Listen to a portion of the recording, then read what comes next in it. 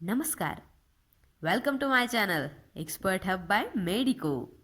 कसे आहात सर्व आणि कशी चालली आपली सिरीज?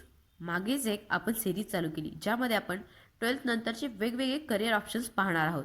त्यामध्ये पहिले आपण नीट या एक्झामविषयी पाहिले.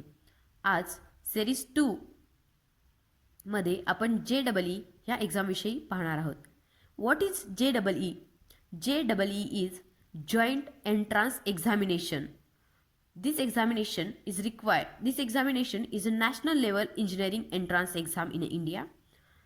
It is conducted for the admission into IITs, NITs, triple IITs and other top engineering colleges.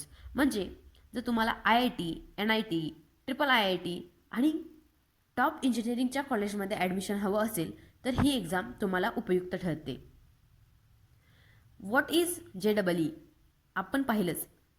JEE is Joint Entrance Examination for Engineering Admission. He JEE exam 2 फेजमध्ये कंडक्ट केली जाते. JEE मेन्स आणि JEE advance असे 2 paper किंवा अशी 2 वेळा ही exam द्यावी लागते. ह्यासाठी इलिजिबिलिटी काय? तर इलिजिबिलिटी म्हणजे यासाठी तुमचा 12वीमध्ये PCM फिजिक्स, केमिस्ट्री आणि मॅथ्स हा ग्रुप असला पाहिजे.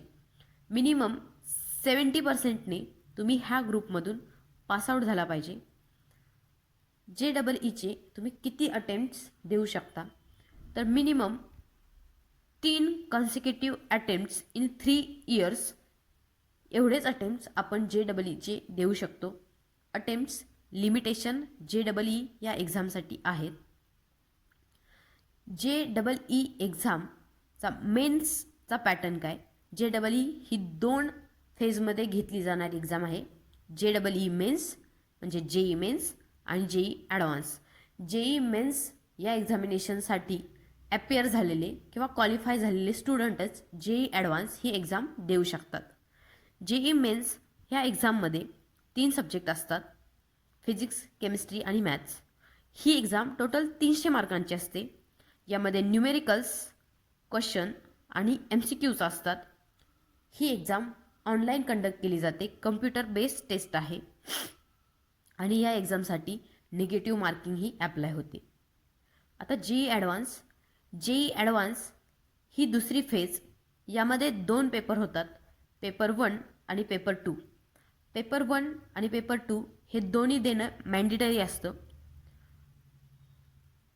या दोन्ही पेपरमध्ये MCQ, न्यूमेरिकल्स आणि कंप्रेशन टाईपचे क्वेश्चन असतात आणि JEE मेन्सपेक्षा हायर किंवा ॲडव्हान्स लेवलची ही एक्झाम असल्यामुळे यातील प्रश्नांची डिफिकल्टी लेवल ही हाय असते. यानंतर JEE सिलेबस ब्रीफमध्ये बघूयात. एक brief introduction.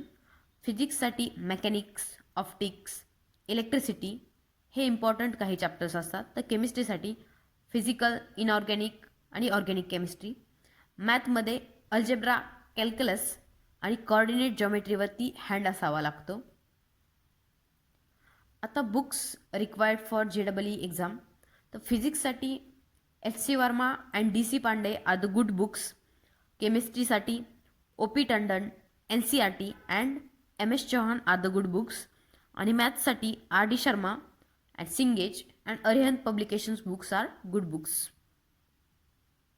Some preparation tips for the JEE students are: understand concept deeply, otherwise you can't get through the MCQs very easily.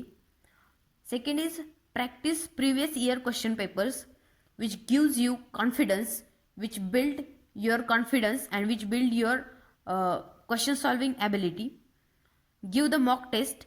Don't focus on the score, focus on your time management, focus on your syllabus, focus on your problem solving skills, and manage time effectively are some tips for the JEE examination and the students which give JEE exam. Thank you. If you like the video, please share it, like it and subscribe it.